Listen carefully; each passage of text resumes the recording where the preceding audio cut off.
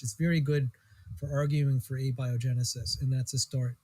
When I nearly left the faith, I said, okay, let's just evaluate the physical evidence. Does it look like there's an intelligence? Because as I said, if there's an intelligence, I'm not going to be pantheistic. I just, my step, that would be enough of a step of faith for me to say, if there's an intelligence, I'd accept it as the Christian God, because then I can accept the testimony of Christians who have said that Jesus worked in their life.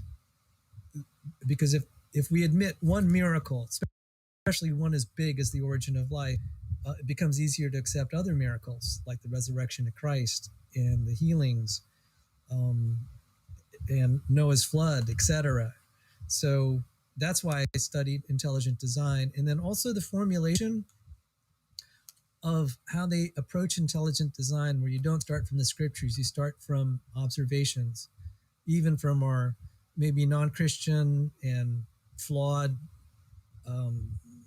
mortality. If we can start from that and still deduce intelligent design, that argues strongly for a creator. And I'll point this out, and I do have an entire show on the history of intelligent design and creationism. I focus mostly on intelligent design. I also had an interview with Dr. Stephen Meyer on that show, a recording of it. He explained the difference. He's an old earth creationist, but I thought his answers were very sharp.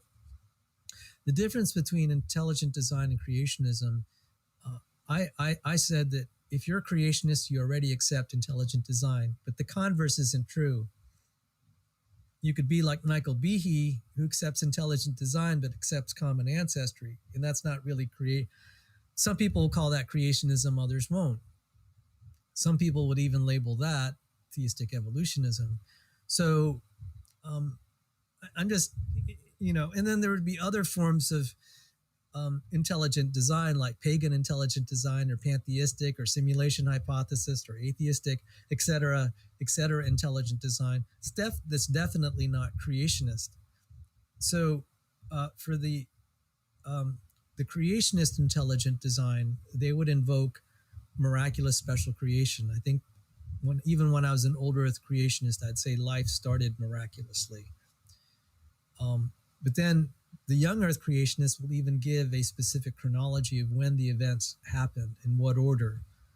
And so that's the distinction between creationism and intelligent design. If we say it's young earth or young life creationism, there are some Seventh-day Adventists that are that really don't emphasize the age of the universe or the earth. They insist on young life and just don't address the others so much. But they'll insist that fossil record and Noah's flood was the cause of the fossil record. That's creationism as distinguished from intelligent design. Probably I'd say the big distinguishing factor of young earth creationism from intelligent design is the timeline, and also from Noah's flood. Someone asked the question, the argument for DNA being a code sufficient to prove ID, it looks really simple and irrefutable to me. I think I don't use the word code, but I would say DNA is evidence of intelligent design on many levels, and then beyond DNA, just the cell itself.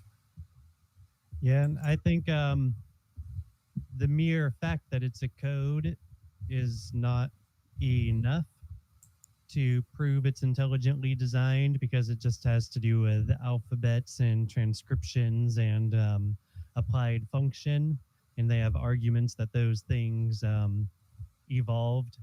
But I think if we actually look at the reality of DNA and the reality of communication all within biology, then we see it's clearly designed, not merely because it's a code, but because of the details of the code, or the details of all of it. Yeah, for me personally, I don't use the code argument. John Maddox uses it a lot. I think it's kind of a nice start. The arguments I use are chemistry arguments, because you can actually arrive at probabilities. You could say, do these chemicals actually arrange themselves in a way to to even make a code processing system feasible. And so that's more rigorous. For those of you who'd seen my debate with James Downard, I kind of tried to lay it out as quickly as I could in terms of the probabilities of chemistry. So to make something, to make chemicals that are in a state that can make them readable is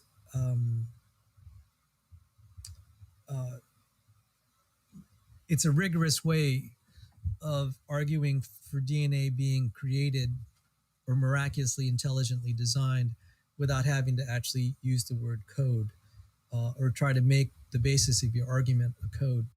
Now, while we're on it, since I believe Pranamnam, forgive me if I'm mispronouncing your name, you and I think someone else asked about Dave Farina. I've only watched a fraction of the response videos, and it was really, I have to admit, it was kind of painful to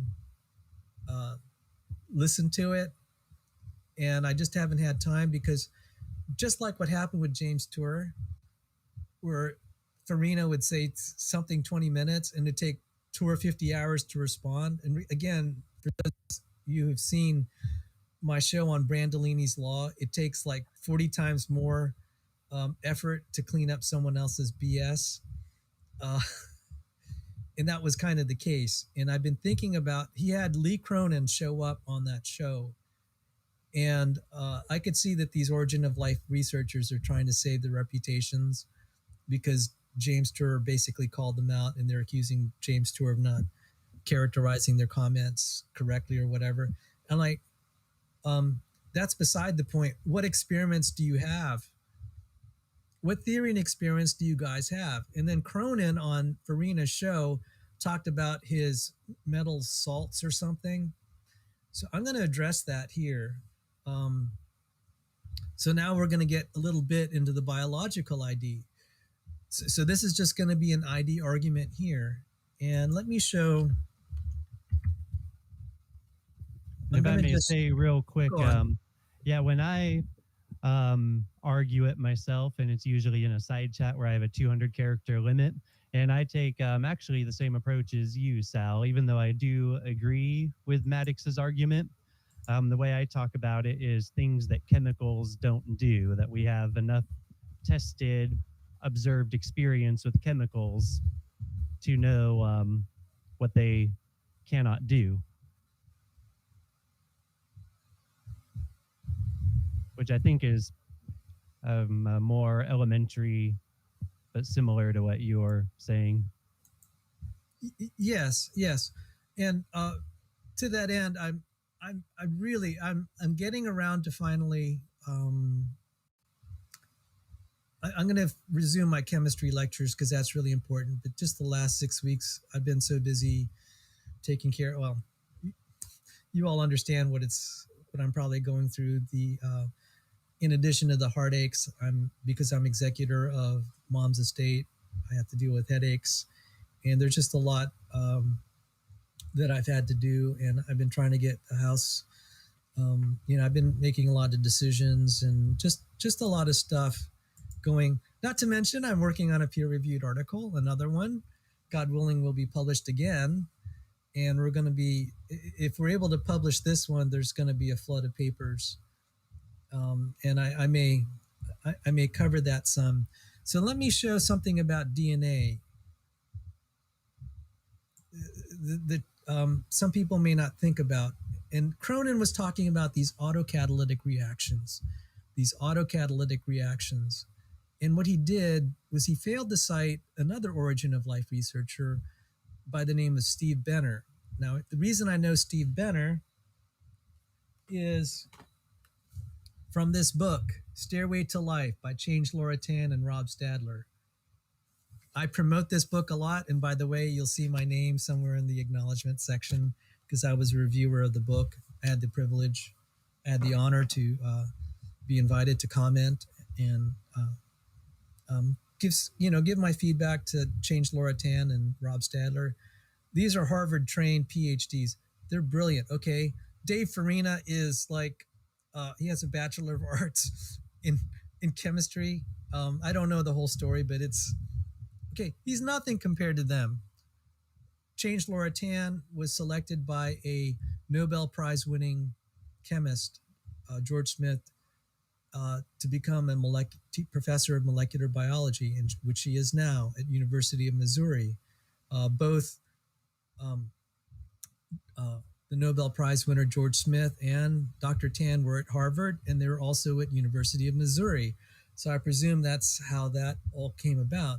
So she's brilliant, and they mentioned Steve Benner in their book. And Steve Benner said we have the single biopolymer paradox, the single biopolymer paradox. And what that means is that it's very hard for something to be a very good enzyme and also an information storage device. It's very hard for something to be an enzyme and simultaneously an information storage device. RNA is kind of halfway in there, but it's not as good as DNA at information storage. RNA can be sometimes enzymatic, but it's not anywhere near as good as amino acid proteins. In addition, proteins can do some other things aside from being enzymes. They can be things like collagen that are structural. You could build all sorts of crazy machines with proteins, like a bacterial flagellum. All right, you're probably gonna have a very hard time building something like that with RNA or DNA. And Steve Benner, an Origin of Life researcher, he wrote The Paradoxes of Life. And you'd think a creationist wrote this, because he listed all the reasons, all the problems with the origin of life, and yet it's like, why aren't you a creationist? He had suggested that maybe there are laws of physics that are yet to be discovered, or maybe other laws of physics were in play at the origin of life. And I was like, yeah, well, if you're going to invoke that, you could also invoke miracles. But in any case, I'm going to try to explain. Again, this is Brandolini's law. Cronin and Farina are in cahoots. They could just put something out and it's total garbage, and it's going to take an hour to refute. I'm going to try to be briefer than an hour. So let me show the DNA here. People have seen that. And Nicholas, if you have questions, feel free to ask. So one can see here this double